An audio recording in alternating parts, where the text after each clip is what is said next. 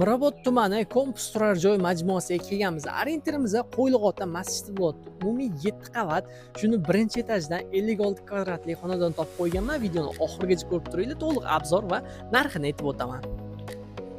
O'rtoqlar, planirovkani tushuntirib beraman. Eshikdan kirganingizda sizlarning kattagina hol qismi chapda sanuzuli, bu yoqda bo'lsa родительский spalnisi kutib oladi. Uyimiz umumiy 2 ta xonadan iborat. Bu yoqda demak mehmonxona, oshxonani ko'ramiz.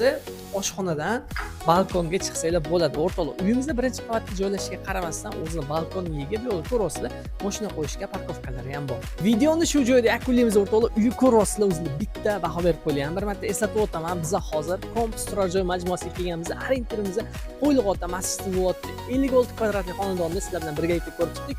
O'rtoqlar, yon atrofida bog'cha, maktab, kerakli do'konlar, bundan tashqari territoriyani o'zida bolalar o'yingohi, sport maydonchalari ham joylashtirib ketilgan. Xo'p, o'rtoqlar, eng qiziq joyi bu xonadonimizga $44 ming so'rashyapti. Tepasiga kelsanglar kelishiladigan joylari bo'ladi. Egalarning raqamini qoldiraman, to'g'ridan to'g'ri murojaat qilib ko'rasizlar. Sizlar bilan ko'rdik bo'ldi. Bizdan uzoqlashmanglar.